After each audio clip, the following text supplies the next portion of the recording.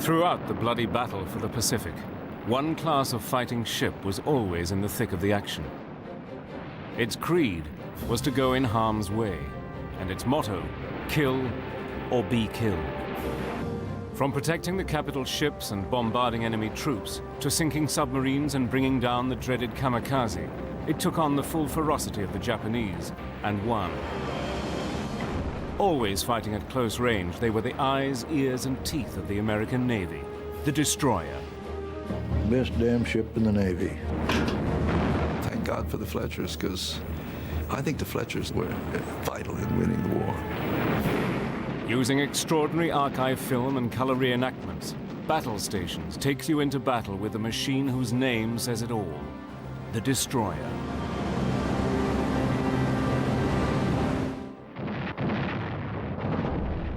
April the 9th, 1942. Japanese troops capture the Philippine peninsula of Bataan.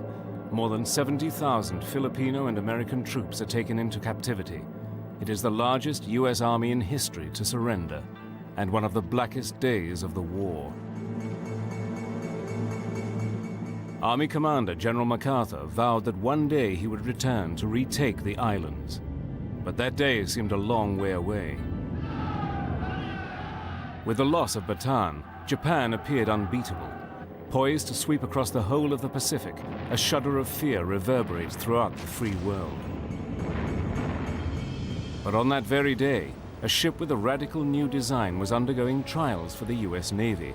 It was the first of what would become one of the most successful fighting ships of World War II.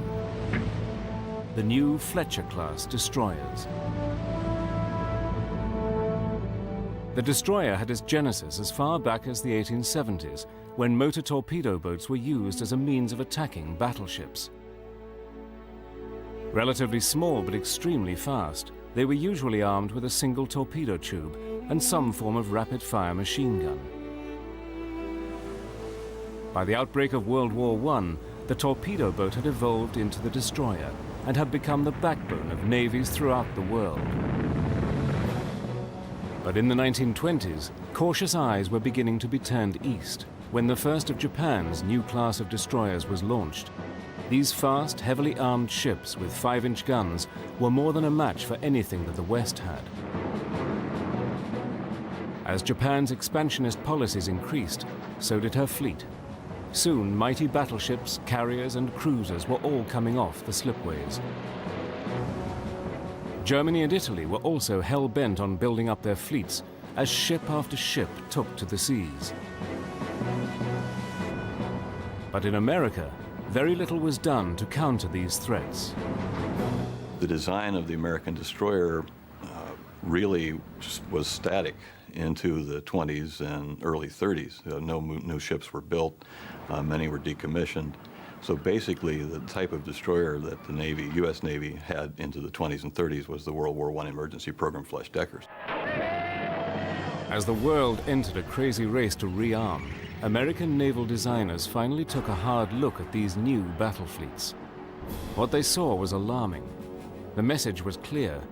As a counter to these new ships, they had to come up with a fast and heavily armed destroyer of their own. The designers also faced an added problem: aircraft. As planes became faster and more powerful, a new breed of destroyer would have to be able to carry enough firepower to protect themselves and to destroy the aircraft.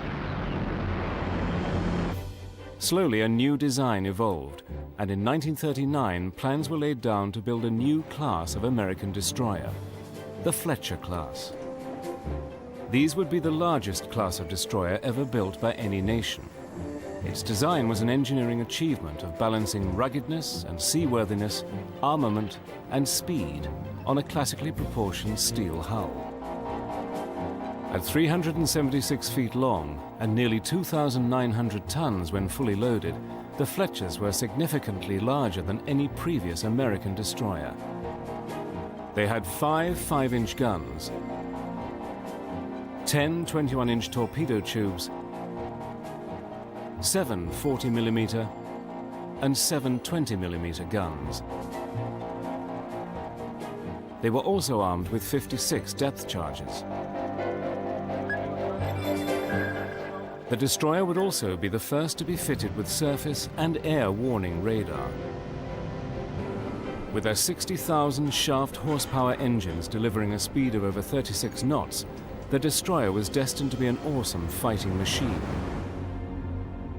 And world events would soon prove it. In September 1939, Germany invaded Poland, and World War II began. By 1940, the war at sea had intensified, and German U-boats began decimating British convoys in the Atlantic. While still neutral, one incident would bring America one step closer to war. On September the 4th, 1941, during a routine convoy patrol, an American World War I destroyer, the Greer, had 2 torpedoes fired at her by a U-boat. The U-boat fired torpedoes at the Greer, which in turn responded with depth charges. Greer, of course, had been shadowing the submarine, and so the German U-boat skipper, in defending his ship, fired torpedoes. Although the Greer was not hit, in a fireside chat, President Roosevelt sent a chilling message to Germany. With millions of Americans listening in on the message, he issued a shoot-on-sight order to the U.S. Navy on any German vessel found in American waters. But let this warning be clear. From now on, if German or Italian vessels of war enter the waters, the protection of which is necessary for American defense, they do so at their own peril. Shortly afterwards, another U.S. destroyer, the USS Kearney, was badly damaged by torpedo with the loss of 11 American sailors. These were the first U.S. deaths by Germans. America had been blooded in a war that it was not part of, and the U.S. Navy's destroyers had fired America's first shots of the war. Little did anyone know that this was just the beginning, and full-scale world war was soon to erupt, with the destroyer at the tip of the spear.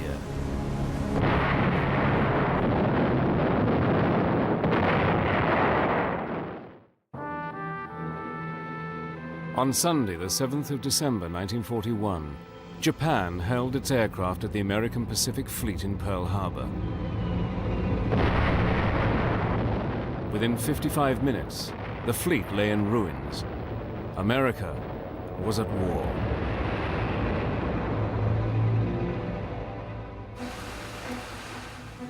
Immediately, the might of U.S. industry mobilized behind the war effort. Its Pacific Fleet had been severely damaged, and it needed ships to take the fight back to Japan. Along the length and breadth of America, shipyards sprang into action to build the hardware that would avenge Pearl Harbor. 11 shipyards were given the task to build these new destroyers.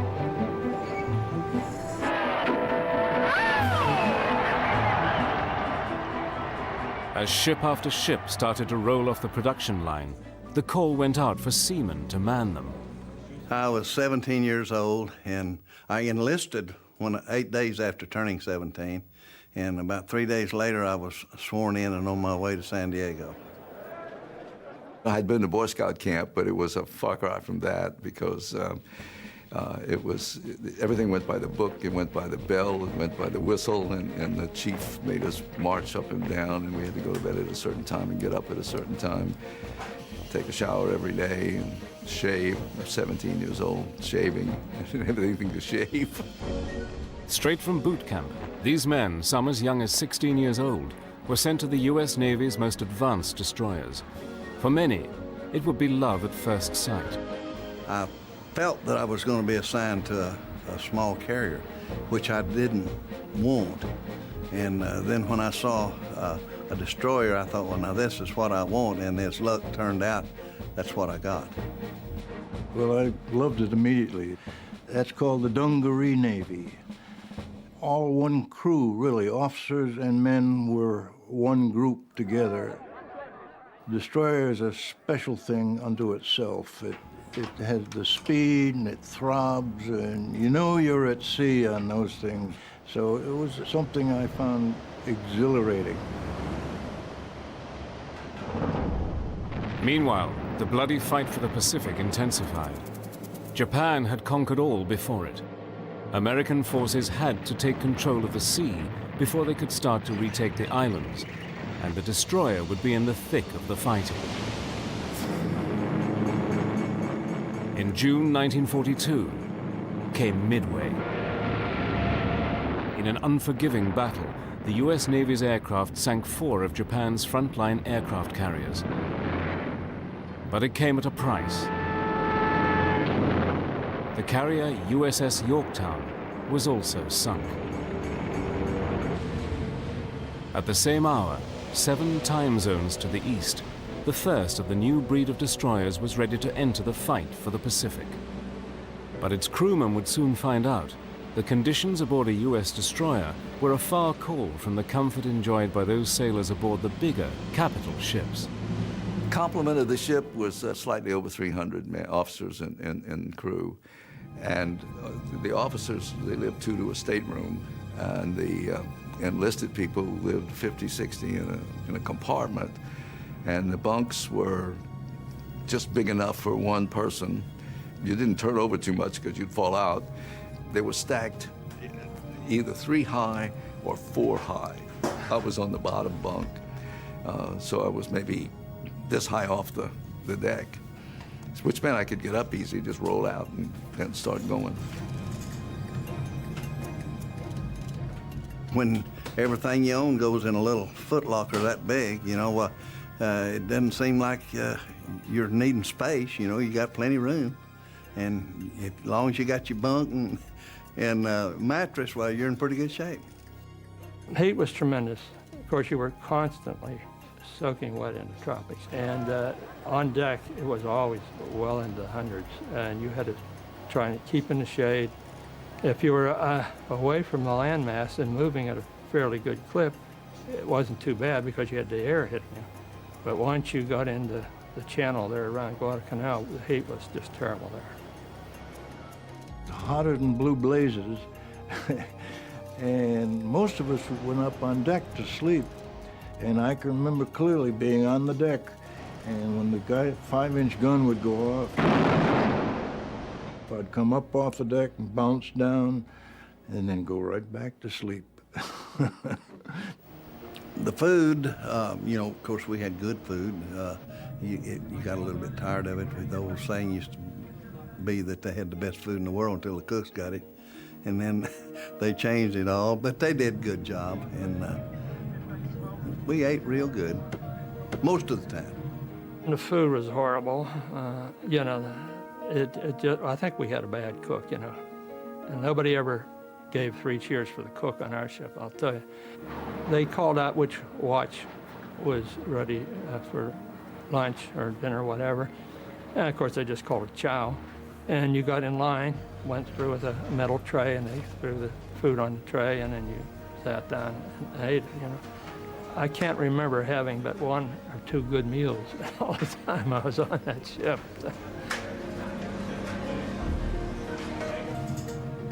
For the officers, life on board a destroyer was much more comfortable. The officers lived pretty darn well. By tradition, they had Filipino mess boys in white jackets. The wardroom, with a wardroom table and a couple of places to sit down. We were served on china and silver. But it was the washroom facilities which were the harshest. Aft, where I lived, we had 2 showers and maybe 2 dozen lavatories and 6 toilets. And the toilets were a trough with planks across the trough to sit on and seawater running in one end and out the other. And of course, the ship rolled all the time and pitched, and it was always water on the deck, so your feet always got wet. When you went into a shower booth, there'd be 4 other guys already in there. So what you did there was kind of lather up and get splashed from these other fellows, and then hopefully get enough water on you to get rid of the soap. So there's always maybe 8 or 10 naked men standing around either getting wet or soaping or getting rinsed or whatever. It was an experience. But within the washroom, there was one place that no one wanted to be, on the red seat. Back then, during World War II and before, sailors who had a venereal disease, they were considered to have stolen time from the Navy because they couldn't have certain duty, and they were set aside. And whatever time that they lost, they had to tack it on at the end of the enlistment so that the government didn't lose anything. And so rather than have them use the same facilities that everybody else had, because might catch something, which of course you couldn't, but we didn't know that, they had a separate toilet for that sort of thing. By the autumn of 1942, Fletcher-class destroyers had arrived in Guadalcanal and were formed into an elite fighting unit known as the Cactus Strike Force. For the US Navy, it wasn't a moment too soon. Japanese forces were continuing to advance. The technology, engineering, and armament of the destroyer had to pay off. Lives depended on it. By early 1943, the first 5 Fletcher-class destroyers had arrived in the Pacific, ready for action. Known as the Cactus Strike Force, their first role was to target and smash the Japanese supply convoys that were ferrying troops needed to continue their invasion of the Pacific Islands. It's something that's hard to describe. You have no lights. Not any ship has a light showing. And there were all sorts of navigational hazards which you thought of. As a matter of fact, we were using some charts that dated back to the 1700s. We got very close, within 60 miles of the Japanese airfield, so that's why we had to do it at night. And they were coming down mainly to resupply their troops, and they had a sophisticated barge system that would go hug the shoreline and go at night. So our job was to intercept them and try to cut them off, and their job was to get by us. Already the role of the destroyer was changing. Once looked on as a defense for the capital ships, the new Fletchers were now being thrown into the furnace of battle.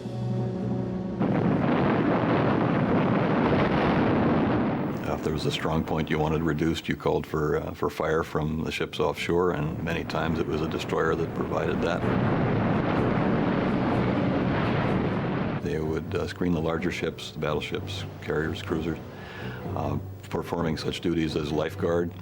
Say if a pilot went down or a plane crashed astern of the ship, the destroyer would be there to pick the pilot up, usually rewarded by the carrier with a gallon of ice cream or two for their efforts. They performed convoy escort. In short, any duty that needed a fast ship to go in harm's way, that usually where the Fletchers ended up. The destroyer was a floating gun platform, and the 5 5-inch guns with their devastating firepower were its main armament. The 5-inch 38 could fire a 54-pound projectile 18,000 yards, which is about 9 nautical miles, about 10.5 statute miles. Had a ceiling of over 35,000 feet for anti-aircraft. Then, of course, it could be used rapid fire for beach invasions and that sort of thing. Ammunition from the magazines below decks was fed to the guns as fast as they could use them. We fired 3 every 3 seconds, but they had to qualify that because that if everything goes proper, these men laying these big projectiles in the tray, they can't hold up too long loading them that fast.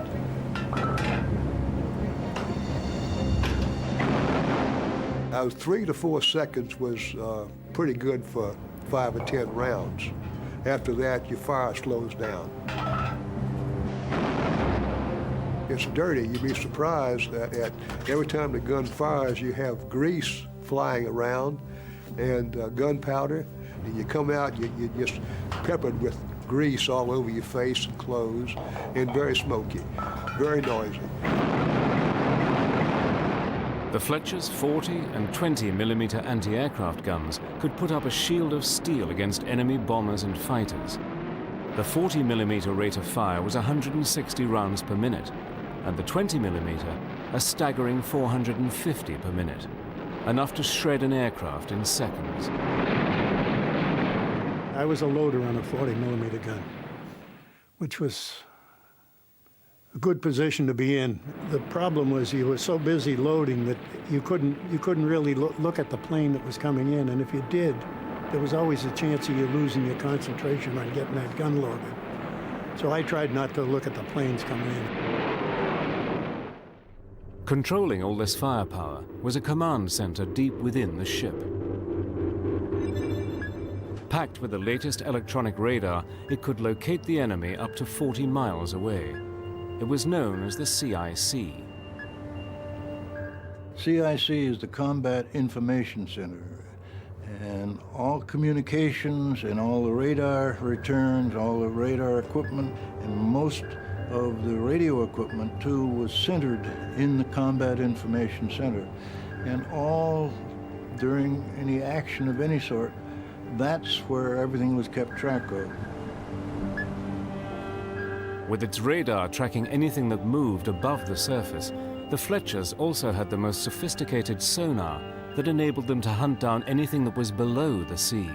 As a sonarman, my assignment was to go up on the bridge where the sonar equipment was, and we sent out a signal underwater, a sound signal, and it went out until it hit something, and we could tell by the time that the signal went out and the echo came back, we would get the distance. And so we knew where it was. Then the officer says to the telephone talker, "Fire one." Fire one, fire one. Boom, boom, it goes out. Then fire two, fire three, fire four. And so they're going out on both sides of the ship.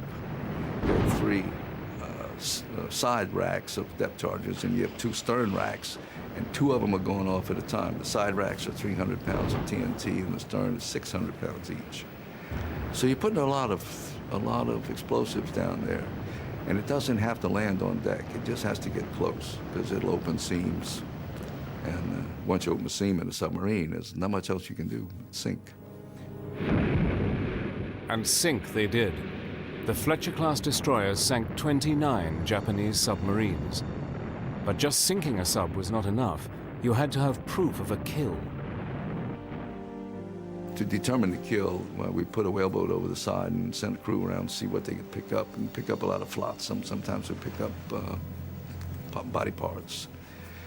The second submarine we sank, we found a piece of lung, and the doctor aboard examined it and said the man had tuberculosis, almost an advanced stage. But because the destroyers were always in the thick of the action, fighting at a close range, their losses were beginning to mount. On the night of February the 1st, 1943, the USS De Haven was spotted by enemy aircraft off the coast of Guadalcanal. Fearing that they were an interception force sent to block their evacuation, the Japanese held a full squadron of dive bombers at the De Haven. I remember hearing, knowing that there was conversation over the TBS, the talk between ships, that there were bogies in the area, and they were suspected of being Japanese planes. But our captain, for some reason, decided to wait to see if further identification of these planes could be made. And he waited, I guess, too long. And I stepped out on the starboard wing of the bridge and looked back aft across the top of the stacks, and I saw the first bomber come in. And I watched the bomb being released from beneath the plane. It was that close, and I could see it. It's still a burnt orange color in my mind. It looked like the size of a large ball.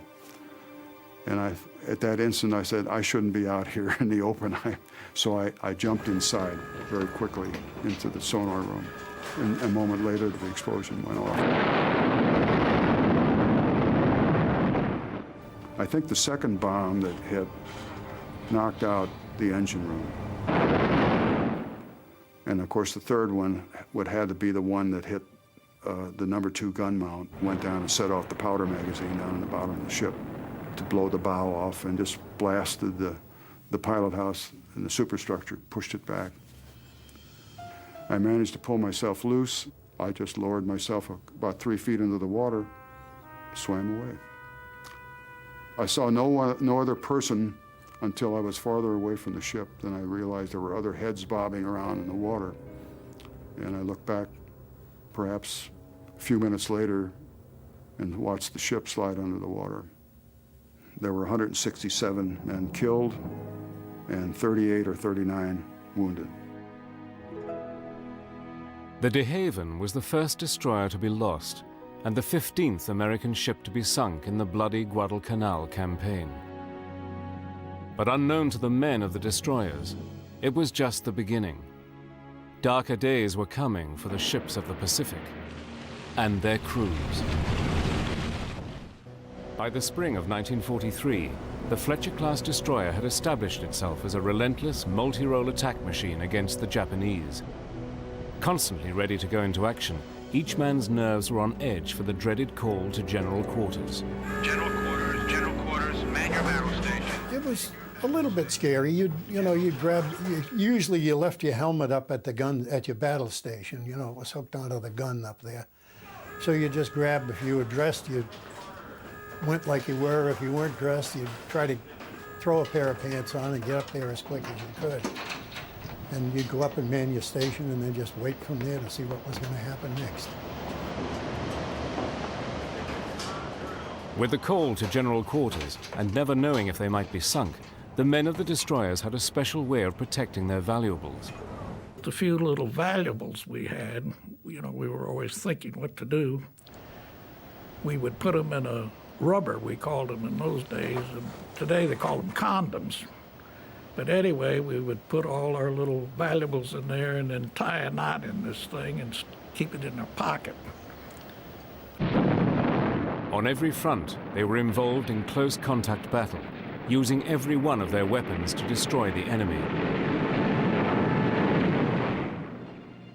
But perhaps one of the strangest weapons they used was on the night of April the 5th, 1943. The USS O'Bannon and the other destroyers of the Cactus Strike Force were returning from a mission bombarding Japanese shore positions when the O'Bannon picked up a large Japanese submarine on her sonar. Everybody looked, and sure enough, there was a submarine sitting on the surface. We had a Commodore aboard, and he wanted to ram that submarine, and the captain didn't want to. Fearing that a collision could cause an explosion, the O'Bannon's captain ordered a hard change of course. As the two ships came within feet of each other, the Japanese suddenly woke up to the situation. We got right up to them, and they paid no attention to us, and we were running right alongside of them when they woke up and jumped up and started running around it. Nobody could fire anything. Our smallest guns could not come down to that to fire on the submarine either. So some of the fellows picked potatoes out of the bins, which were right handy, and started throwing them, because there they were, And the Japanese evidently thought they were hand grenades, and so they ran and started throwing them back and throwing them off the submarine before they would blow up. And in that period of time, they did not get to their gun, and we were able to pull away from them and start firing. And then we came back and made a run on them. And evidently, we learned later that we actually did sink the submarine. A fitting tribute to the men of the O'Bannon was delivered in the form of a plaque. It was sent by the potato growers of Maine. The relentless fight for the Pacific continued through 1943, and by 1944, the destroyers had been involved in some of the bloodiest battles of World War II. But it was during the Battle of Leyte Gulf that the fighting men of the tin cans became legends. On October the 25th, 4 Fletcher-class destroyers were on escort duty, protecting a task force that was involved in landing operations at Leyte Gulf. 2 of these destroyers were the USS Johnston and the USS Hull. When the Johnston had been commissioned, her captain, Commander Ernest Evans made a speech to his crew that typified the destroyer man's creed. "This is going to be a fighting ship. I intend to go in harm's way, and anyone who doesn't want to go along had better get off right now." I said he had more courage than was good for the rest of us. Believing that they were screened from any surface attack by the ships of Admiral Halsey's 7th Fleet, the Johnston and Hull were completely surprised when heavy shells started to land around them. The two destroyers, the Johnston and the Hull, were in the gun sights of the Japanese Navy's center fleet. There were 4 battleships in that Japanese fleet, 8 cruisers and 11 or more destroyers. And the Yamato was the largest battleship in the world. They had 18.1-inch guns, and they had 9 of them. And one projectile weighed about 3,400 pounds compared to our 54 pounds for a 5-inch projectile. Captain Evans, who had promised his men that they were going into harm's way, led his ship in a David and Goliath heroic attack. The first order I heard him give was all ahead flank, and which meant as fast as you could go. We began making smoke, zigzagging, so he told our gunnery officer to pick out one of those lead cruisers, and we did, and we made the torpedo run on it, and I know I stood over on the starboard side and watched all 10 torpedoes as they were fired.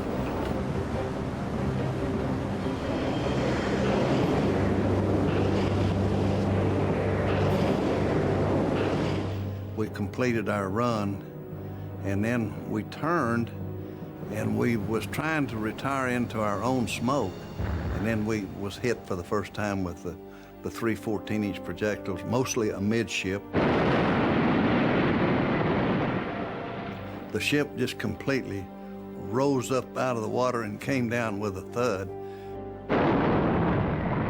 That projectile, it's got a wow, wow like that, and it's a terrible noise. For some reason, I just turned and started walking forward, and I only got just a few feet.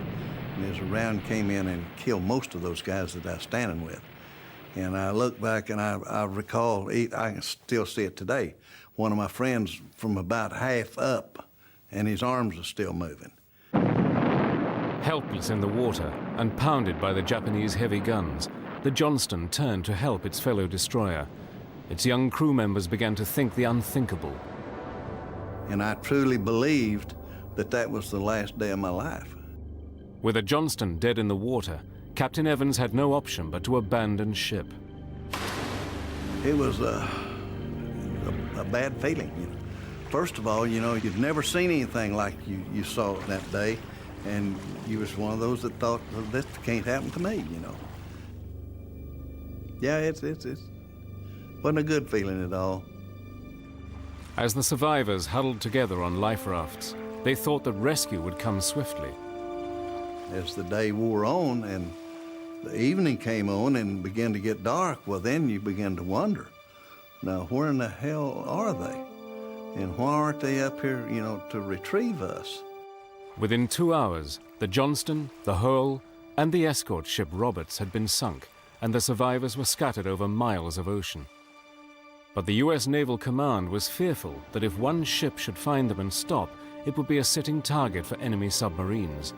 They issued a terrible order: permission denied to save survivors. Our task force commander knew exactly where we were. He knew we were in the water. Other ships was asking permission to come back and get us, and it was denied. The men had sacrificed themselves to save the carriers and protect the landings at Leyte Gulf. But for the crew of the destroyers, abandoned in the sea, the horror was far from over. We saw our first shark about 3 o'clock that afternoon.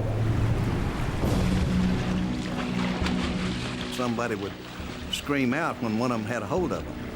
And we had a chief petty officer that one of them got him in one of his thighs, and then just a few minutes afterward got him in the other thigh. And so when they'd scream out, you knew that a shark was hitting somebody. For the next 2 days, the men fought the sharks and the elements. The water was cool at night, but the sun was hot in daytime. And of course, we were from here up, you know, we're getting burnt real bad. This little float wasn't very big that we had, and we put the wounded, most wounded, inside that, which was a couple of guys that was burnt real bad and couldn't see. Then dark or just a little bit after dark, both of them died.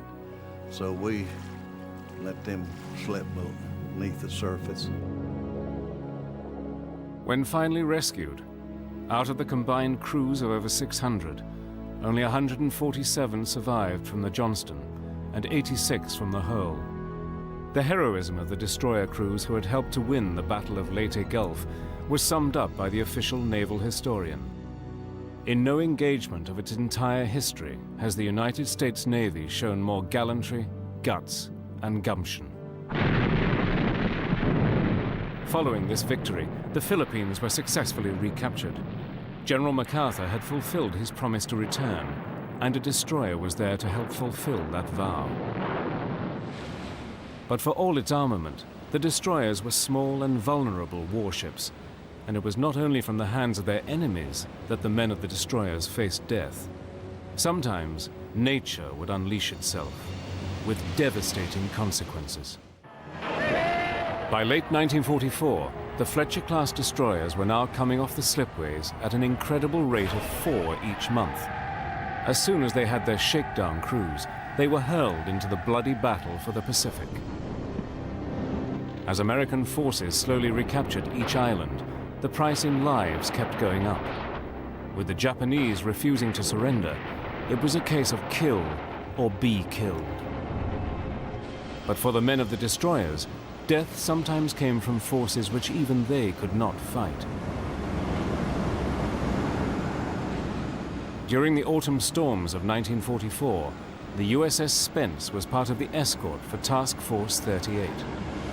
If you was watching the ship, it put it clear out of sight where it would go below the waves, you know, and you think, well, it's gone. Then next time it'd be up above you, 50, 60 feet or more.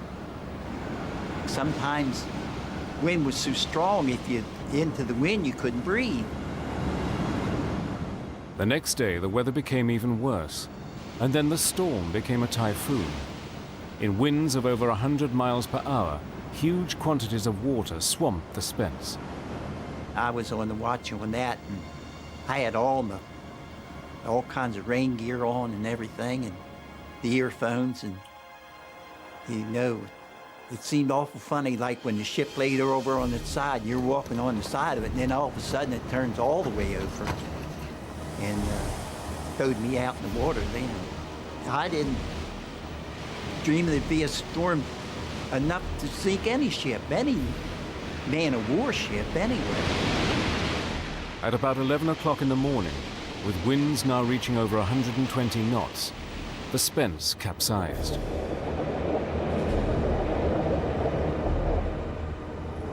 Of the 330 men aboard, only 24 survived. Everybody that was below deck in the engine room and the fire rooms and that, they never had a chance. The ship upside down, there's no way in the world they could ever get out. 2 other destroyers also sank in the typhoon, and the mighty carrier, the Hornet, had its flight deck ripped apart. In total, approximately 790 officers and men lost their lives during the storm. But for the men of the destroyers, another, far more deadly onslaught was about to face them. By late 1944, during the Battle of Leyte Gulf, the Japanese, desperate to defend their positions, turned their fury into a new form of attack, the kamikaze. Again, it was the destroyers that were in the front line of battle. Their mission was clear: target and kill any kamikaze aircraft that came within the vicinity of an aircraft carrier. It was a total suicide effort. First time I saw it, I couldn't believe it. They came in, and we were in a big formation. We had destroyers in a circle in the middle were the big ships. And they had to fly over us to get to the big ships. And I would see these planes coming in, and see the shells going out, and we fired the 5-inch guns. They had the proximity fuse, which meant they would explode and shrapnel go all over the place. And 40 millimeters are going out, the 20 millimeters are going out when they get close enough. And you just sit there and say, well, how can you get through it? There's so much metal up there that they're bound to run into something. But it didn't hit the right place, then this thing still flew. So we just grit your teeth and you keep shooting, bang, bang, bang, until finally you'd hit it, or it would fly over you and go look for something else. But sometimes the kamikaze pilots targeted the destroyers. On April the 6th, 1945, the USS Bush was on picket duty off the coast of Okinawa when CIC's radar picked up a large formation of enemy aircraft. We first spotted them about 50 miles away. We saw a pretty large group, probably 10 to 20 planes. And here's another group behind that. And then almost immediately a third group, and then a fourth group. And so we knew this was going to be a big one. Within a few minutes, the Bush knew that they were the target. We had a plane coming in at low on the water, on our bow, right for us. We fired everything come loose, the 5-inch, the 40s, the 20s, all were firing, and didn't stop him. A very skilled pilot, and he knew what he was doing, and he hit us exactly right in the spot, the most perfect spot possible, and that is right between the two stacks, right at the waterline. Then about a half hour later, another one came in a little higher and peeled off and came in and hit us on the other side exactly the same way. And then about a half hour later, a third one came in and crashed into the forward right with the forecastle, and that was the most damaging hit in terms of people killed, because we had people out on deck there, and he sprayed gasoline, flaming gas, all over that forward deck. With its hull almost torn in two, the Bush sank, taking 87 of its crew with it. In the weeks that followed, the destroyers faced more than 1,500 kamikaze attacks, and by the war's end, had fought in nearly every naval battle. In total, over 1,300 battle stars were awarded to the Fletcher class. But a bigger accolade awaited them. In August 1945, Admiral Bull Halsey ordered that 3 destroyers, the USS Nicholas, O'Bannon, and Taylor, should accompany the mighty battleship Missouri to accept Japan's surrender because of their valorous fight up the long road from the South Pacific to the very end. We met the Japanese destroyer that came out of Tokyo Bay with the harbor pilots and peace emissaries. And we sent our whaleboat over there and picked them up and then transferred them to the Missouri and to other ships in the fleet. It was quite an honor. By the end of World War II, 175 of these tough destroyers had been built and sent into battle, but at a price. 25 had been lost. The hulls of steel are long gone, but for the men of the destroyers, the fighting spirit lives on. Thank God for the Fletchers. It was the finest destroyer that was ever built. Be a captain of a destroyer. You're a king in your own world.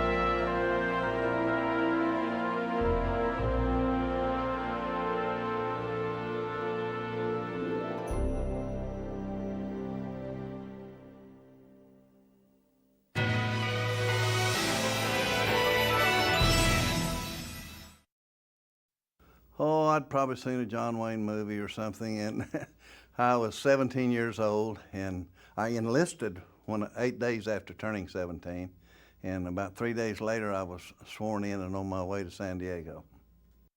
When I went aboard, first went aboard, as I mentioned, I was assigned to the deck force in the forward part of the ship, which is the 1st Division, and then later I was assigned to work in the laundry, which was good duty. You made a little extra money and working in the laundry, and you had pretty regular hours. So for at least the last 2 months, maybe a little bit longer, I was assigned to the laundry, that the ship was afloat. I had worked in the laundry on the night of the 24th, and I secured about 4 a.m. on the 25th, and went to my bunk in the mess hall, and about 6 o'clock, general quarters sounded, which wasn't unusual because we did that if we were underway. And I went to my battle station, and we were there only a short time, and we secured. And I went back below and got in my bunk again. And then about 5 minutes to 7, the general quarters alarm sounded again. And someone passed the word that the Japanese fleet was 15 miles astern of us. Well, that does something to quicken your pace when you hear something like that. And so we again went to our battle stations. And I know when I got topside, I imagine the captain got on the bridge just about the same time I got to my battle station, because the first order I heard him give was all ahead flank, and which meant as fast as you could go. And then he said left full rudder, and we began making smoke, zigzagging, and headed back. I didn't know at that time that we were headed on a torpedo run, but we were. And so he told our gunnery officer to pick out one of those lead cruisers, and we did, and we made the torpedo run on it. And I know I stood over on the starboard side and watched all 10 torpedoes as they were fired, and then I don't know why, but I felt better by going back to the port side. Of course, they could shot all the way through the ship anyway, and but at least I felt better being on that port side. And we completed our run, and then we turned, and we'd never been hit yet. And we was trying to retire into our own smoke, and then coming out of the smoke and then a rain squall, and then we was hit for the first time with the 3 14-inch projectiles, mostly amidship, and then followed by 3 6-inch, one of at least hit the bridge, killed and wounded several. And then from then on, it was a constant hammering of one right after the other. When you were being hit with those, it was terrible. It was a terrible sound. And I know after it finally the ship was shot up so bad in my area that it was burning, and you could no longer stay up there, so I went to the main deck, and I was amidships, and was standing kind of under a gun tub, which was affording some protection, I thought, from shrapnel. And then for some reason I just turned and started walking forward, and I only got just a few feet. And as a round came in and killed most of those guys that I was standing with. And I look back and I recall, I can still see it today, one of my friends from about half up, and his arms are still moving. And I thought, well, you know, it's you now, but it'll be me in a minute. So that's the way I handled that, I guess, knowing that I was about to die too, you know. And I don't guess I thought too much about it, except my main feeling was, now how was my mother going to handle this? You know, I knew I was about to lose my life, but I wondered how she'd handle it. No, not really. You didn't see any panic going on. people were just conducting themselves normally, or normal as you can get in a case like that, I suppose. And I know when I abandoned ship, one other man and I swam off of the port quarter, and probably 75 or 100 yards, and we were about probably 20 or 25 feet apart, and there was a round came in and hit between us, and we didn't know where it came from right at the time, but we thought they were shooting at us, but they weren't. It was a ship out there that was still shooting at our ship, which was still afloat, and one of the rounds just fell short and fell between. So needless to say, we relocated after that. And we went more to the stern of our ship where most of the people were. And then after the Johnston rolled over and finally sank, I had a feeling of mixed emotions. I thought, well, if it would go down, maybe they'll get out here and leave us alone. But on the other hand, once it goes down, they won't have anything to do except direct their attention to us in the water. And but when it did go down, one of their destroyers came up through those of us that was in the water, and I was probably 25 yards to port of the Japanese destroyer, and some were much closer than I was. And nobody was on the gun. They were, I distinctly remember people being in khakis. I don't know if they were Marines or what, but they were lining the ship and, of course, shouting at you, and saying something. I didn't know what they're saying. They didn't really care, as long as they got on out there and left us alone. And they did. Once they cleared they slowed down real slow. They probably wasn't running 5 knots. And when they got through their people, well, then they kicked it ahead, and went on over. Because they was needed at the time, too. They had a cruiser that was sinking, and they was trying to rescue, the people that was going on that ship. So they was needed somewhere else. So maybe that's one of the reasons they didn't direct their attention to us. That first night, it was a long night.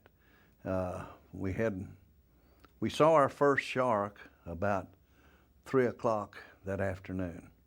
I hadn't even considered sharks up until then.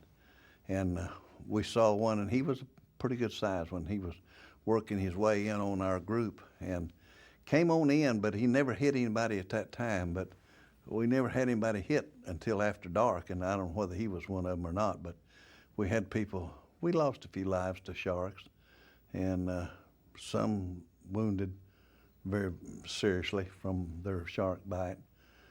But then morning came, you're wondering, well, what the hell happened to them, Where are they? And then about 6 o'clock the second morning, there was 2 guys said they was going to try to swim to Samar, and you could see the island very clearly, but it was a long ways distant. And so 6 more of us said, well, about 6 hours from now, we will also depart and try to make it. Maybe some of us will make it there and to get some help. And we did. And then about 4 o'clock that afternoon, well, I thought that we saw a couple of guys, and I thought they were in a boat. And we got a little closer. One of them said, we have some water. And I said, well, hell, they speak English. Maybe they're Filipino.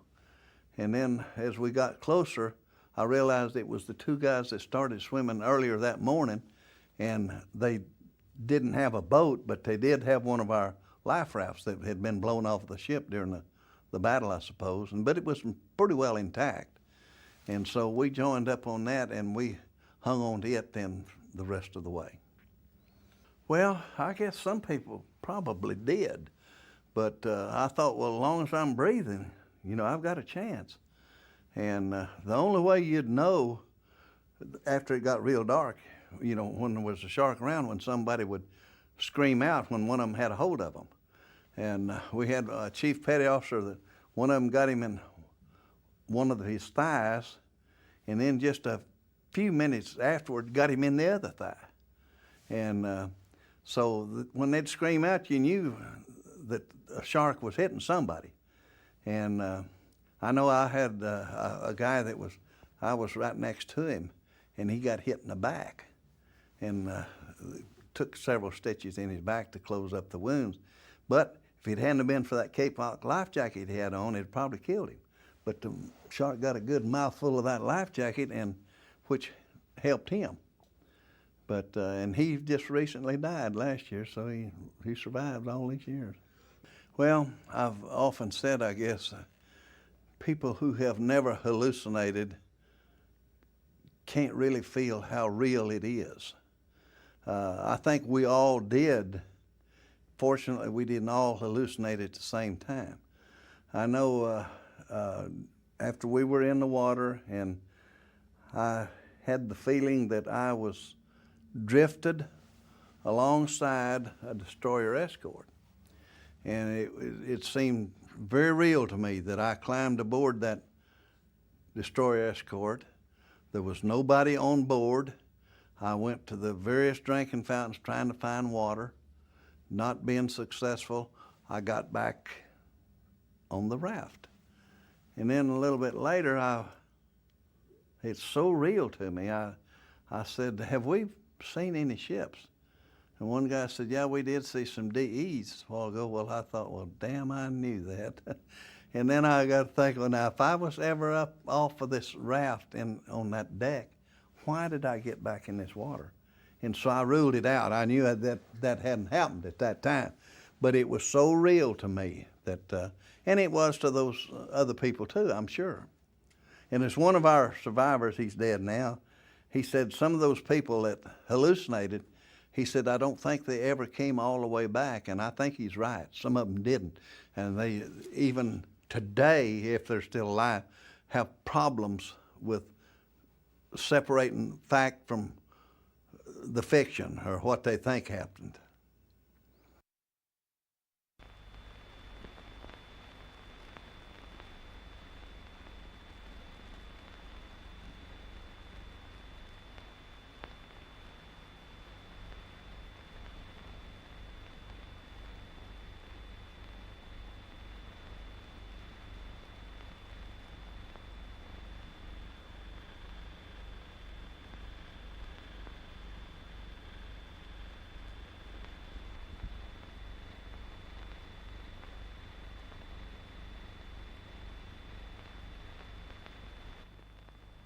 The USS Softly was a general-purpose 2,100-ton destroyer of the Fletcher class, equipped to provide anti-aircraft, surface and shore bombardment fire, deliver torpedo attacks, and furnish anti-submarine protection. Converted to a prototype anti-submarine warfare vessel, she has undergone extensive changes in equipment. Improved and enlarged ASW facilities have been installed with marked reduction in anti-aircraft and torpedo equipment. Her war complement of 309 crew members has been reduced to 264, with consequent reduction in living accommodations.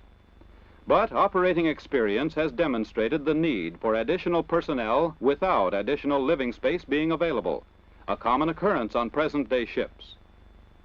The Softly's engineering plant, controlled from this throttle board, requires 1/3 of the ship's total crew to operate the machinery that provides the power to carry the ship's offensive weapons to the scene of action and to operate them while there.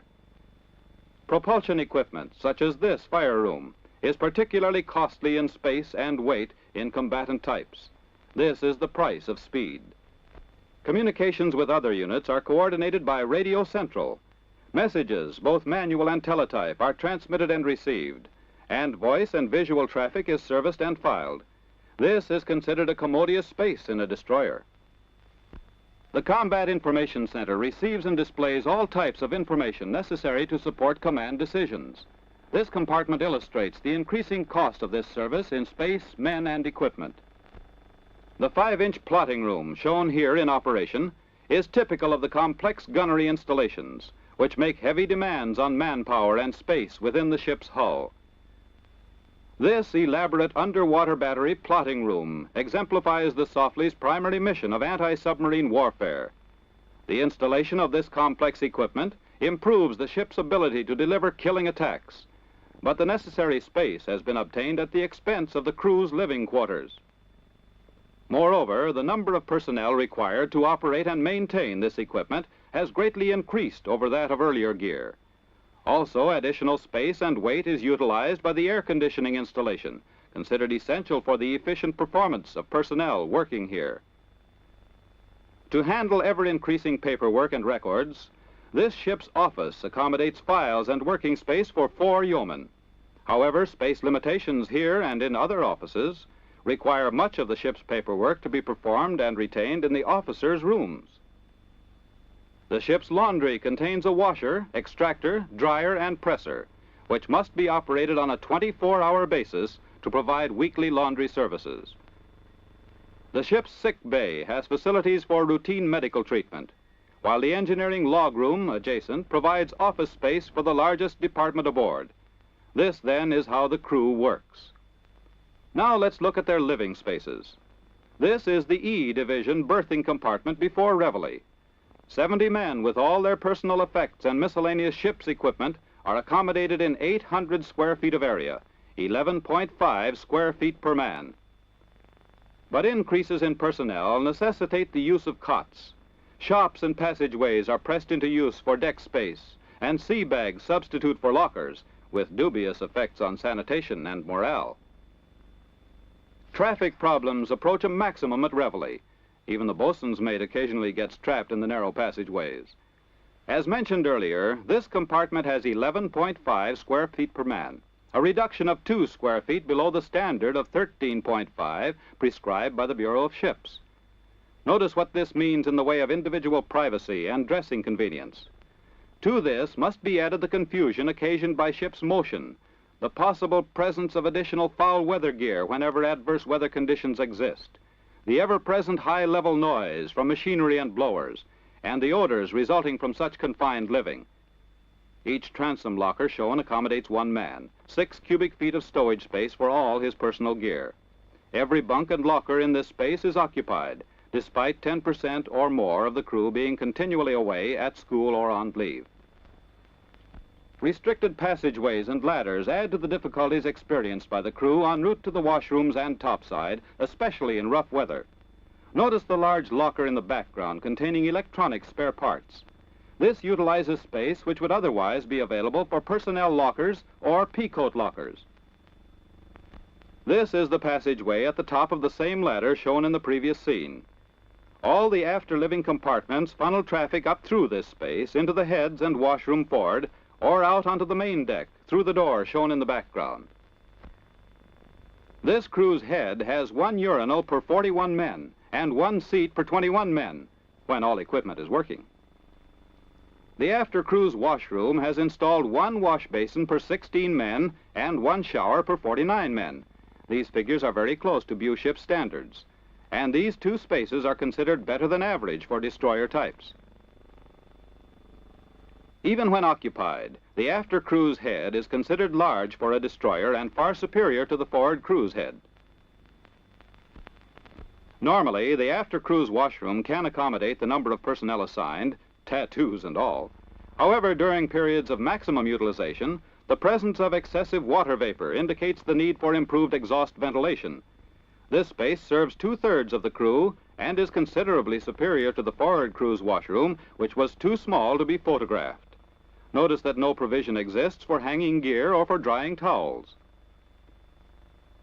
To increase the available berths, the mess hall also serves as a berthing space for 31 men. Folded mess tables and benches are visible in the foreground, and the storage of clothing and shoes thereon is a common occurrence. Considerable difficulty is experienced in access to the lower bunks. The passageway shown comprises 1 of the 2 available routes from all forward berthing spaces to the forward crew's head, which is abaft and 1 deck above this space. The dual use of this space prevents late hammocks for the mid-watch, since all bunks must be secured for meals. Also, access to lockers is impossible during meal times. In addition to the inaccessibility of the lockers shown, Some are unusable due to steam fittings located inside. The ship has a total of 264 lockers for the crew, with the majority being the standard transom locker, shown here.